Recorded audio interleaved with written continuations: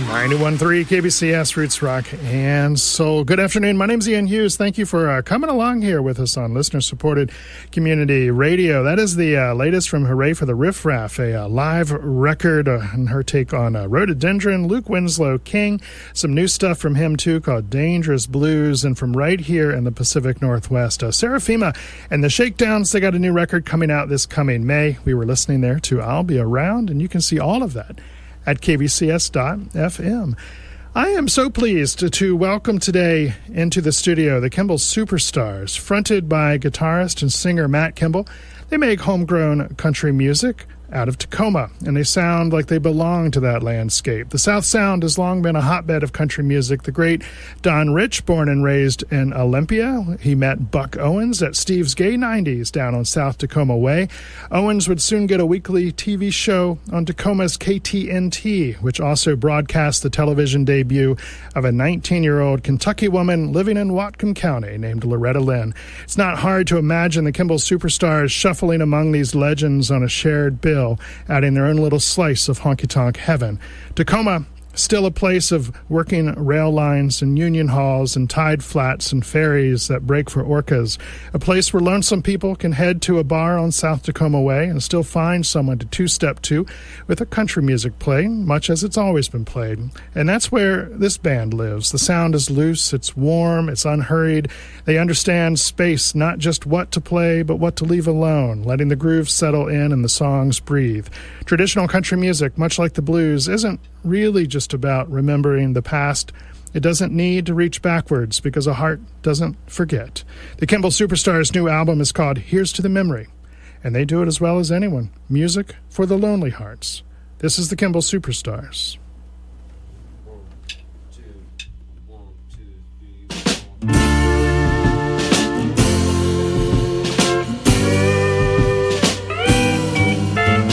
Let's raise a glass up to the ceiling. Say the good times are gone, they'll come again.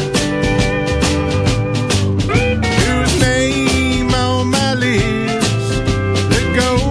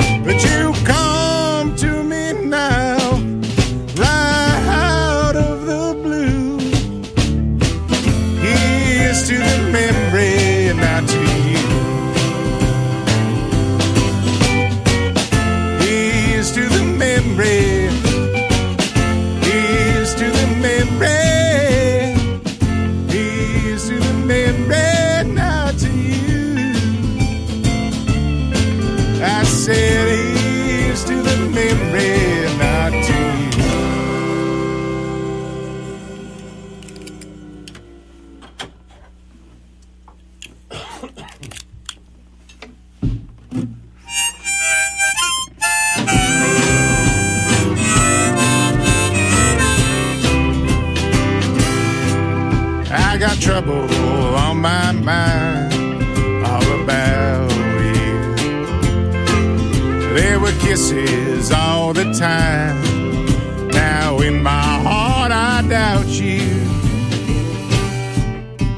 You never say to me if I'm your source of misery, and I'm much too smart to ask.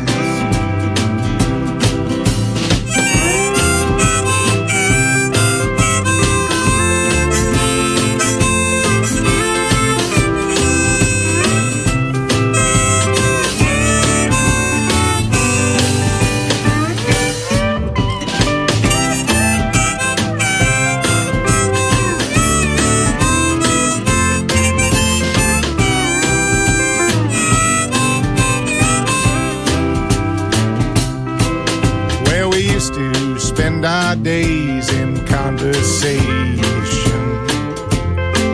and every night we spend apart just has my poor heart aching.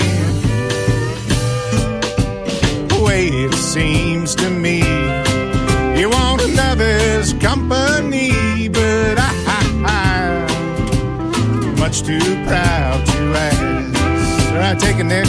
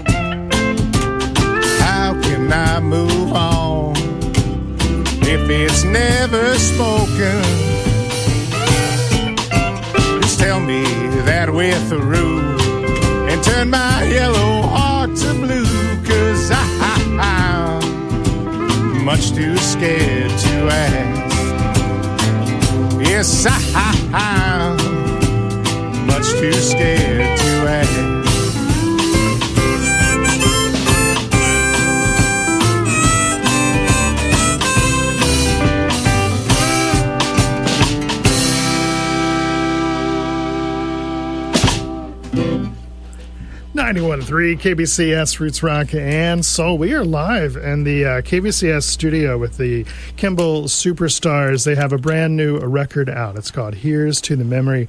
Matt Kimball, welcome into KBCS. It is really lovely to have you guys here today. Thanks for having us, Ian. I love this new record. Now, in all transparency, I've known you for a long time, and we've had a lot of conversations about country music over the years. Yes. But I don't know where it began for you. Are you sort of born and bred into country music? Did you come to it at some point? Like, where did these great old honky tonk sounds start for you? For me, it definitely was not something that in my childhood I was raised on at all. I kind of came to it through the Monkees because I love Michael Nesmith. Yeah. And I kind of just, I got really into the Monkees like when I was 18 or 19. And then I got into the first National Band records after that.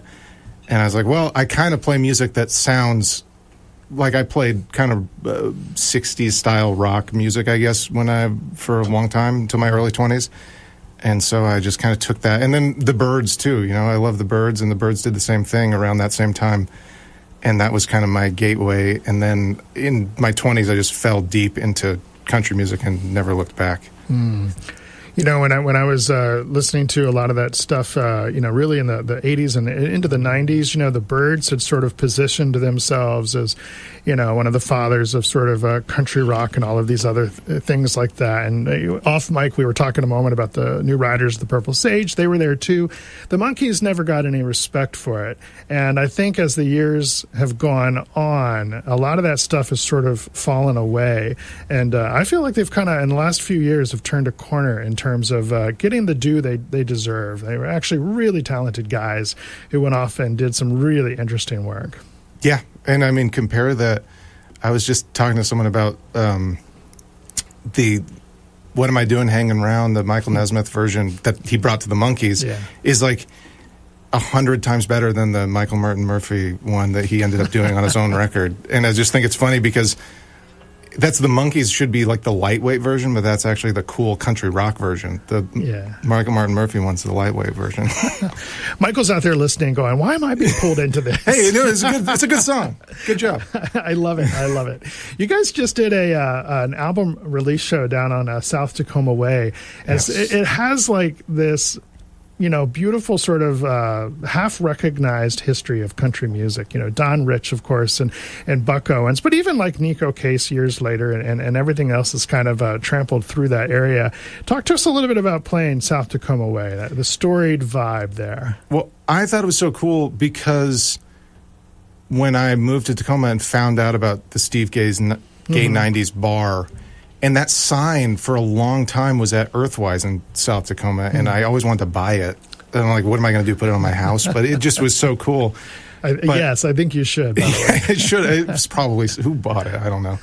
But it just felt right. We could have done the release show at a traditional venue, but it has that history. And to me, that the coolest thing is specifically Buck Owens and Don Rich meeting. And Buck Owens seeing Don Rich playing guitar as like a 17-year-old and going like, oh, I need that kid in my band. He's just that good.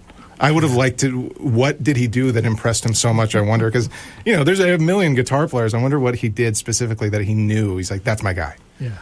And also, I will add that I once at a vintage store in Tacoma found a suede pair of cowboy boots that had Don Rich written in them. And I didn't buy them because I was like, well, those aren't Don Rich's boots.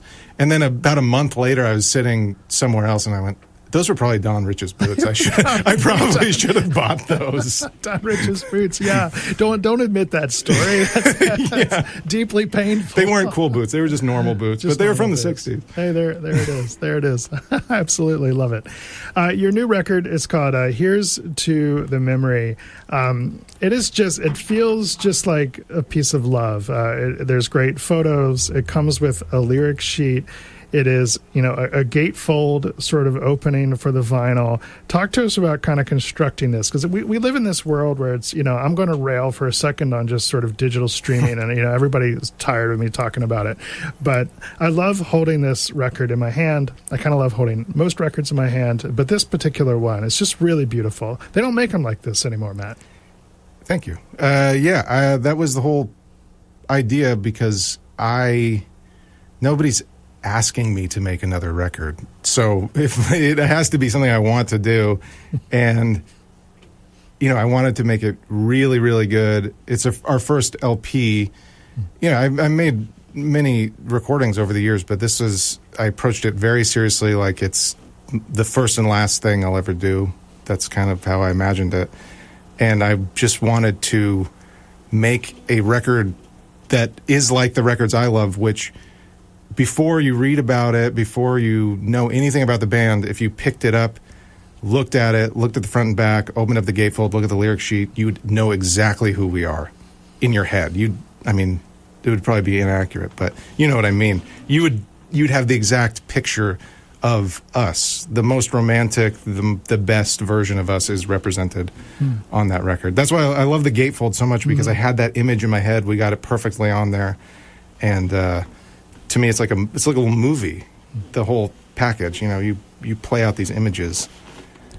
Go back to that moment a minute ago when you talked about, creating something that no one has asked for. I think there's a lot of strength and there's a lot of beauty in that idea that you are chasing this sound, you're chasing this idea that's in your head. I think we live in a world of likes and all of these kind of things, which, these sort of measurables are crap. And so talk to us a little bit about the power of just sort of chasing your own sound, chasing what's inside your head. It's I guess I try not to be too negative, but I think sometimes me being negative about things or critical of other music can drive what I want to do too. And so I have so many things that I love. There's so many musicians that I love and go like, why isn't anybody doing that anymore? Why isn't anybody doing a band like the First National Band anymore? Those kind of things, Flatlanders, those guys. But I also go like, well, the things that are being made, why do they suck? Why is every album that I pick up? Because I worked for a long time at a record store, and people like, they put no thought into the packaging of a record. They put no thought and I think in songwriting, people put no thought. People go very far into the aesthetic values of certain things, but it's mostly like social media posts and little videos for sharing online, and not an interest to me at all. So I wanted to make my world and what's in my head an album, and I think this came very close to what I imagined. I mean, this is an album I've been working on for a very long time, and I mean, everyone helped me achieve it. Harry, the drummer, we've been friends for a very long time, and I think the entire time I've known him, I've been talking about this record, making this record. I've had some of these songs kicking around for a while, and it's just honing it into a coherent sound, getting the right players and everything took a while. If you're just tuning in, we're talking to Matt Kimball, and the Kimball Superstars are here live in the studio. Their latest record is called Here's to the Memory. How does it, with that songwriting process, Matt, when you're writing some of these great old country songs, do you think of yourself something as a preservationalist? Would that be fair, or do you just feel like you're working within the sounds of a tradition that you love? I mean, you were deeply steeped in the honky tonk. Yeah, I try to always add something to it, because there's a lot of things that I do. I work on melodies and I work on chord progressions until they are shaped in the image that I want them to be. There's certain things that I don't like, and I can't exactly describe it, but if something goes too far in one direction, or if something is, to me, too traditional and just sounds like something somebody does before, I don't want it, and I'll work on it until it isn't that, if it's a good idea. But I like to say, yeah, it's traditional country music, but there's a lot of stuff that we do on here with chord progressions and stuff that are informed by some of my other loves. Like there's a lot of other artists that I love that aren't country that make their way into it too. I'm a huge jazz fan, and there's a lot of stuff that goes on that I incorporate, American songbook stuff. Brian Wilson makes his way in there sometimes, all those kinds of things. Yeah. Beatles, obviously. Let's hear another song. And before we do, would you introduce the guys here today? Yeah. So we have Andy here on bass. Howdy. We have Harry on the drums. Howdy. We have Nick on the pedal steel. Good day. What are we going to hear? Yeah, good day. What are we going to hear, Matt? This song is called Killing Time. The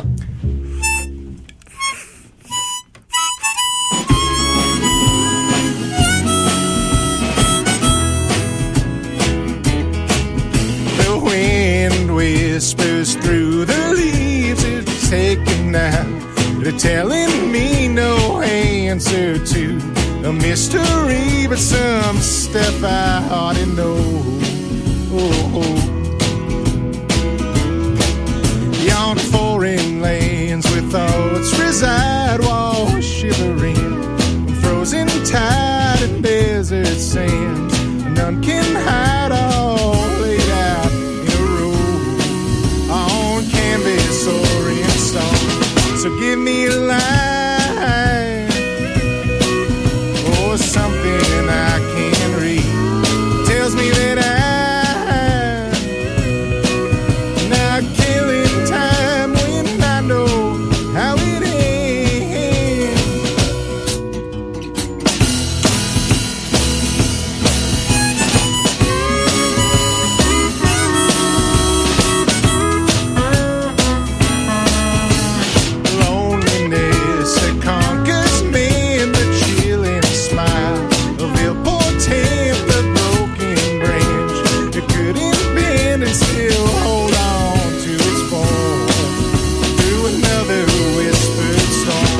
So give me a sign,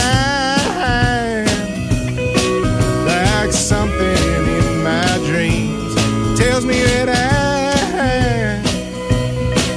I'm not killing time when I know how it ends.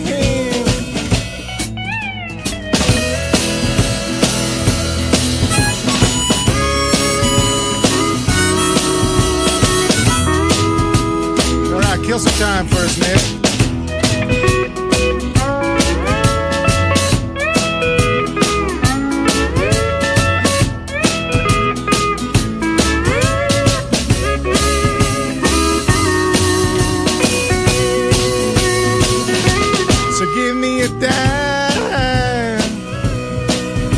Some solid currency tells me that I'm not killing time when I know how, not killing time when I know how, not killing time when I know how it ends.